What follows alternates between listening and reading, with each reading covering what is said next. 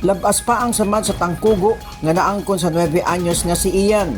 Agi kini sa pinaakan sa Unggoy sa ilang silingan sa Barangay Kapisan, Zamboanga City. Sumala ni Barangay Kagawad Leo J. Atilano na anda na sa bata nga magdula-dula sa Unggoy. Apan na aton ang panghitabo nga adunay dala nga bunal ang bata ug sa pagduol niini sa Unggoy Gipaak kini. Pero una nang gibuyag sa tagiya ang bata nga dili mo duol sa Unggoy ug wala kini magpatuo. Wala dayon magpatambal ang bata tungod sa KAWAD-ON.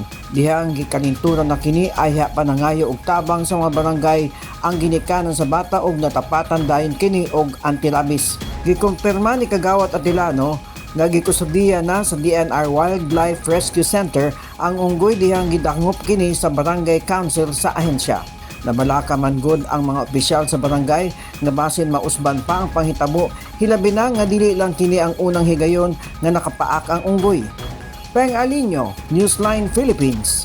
Stay safe!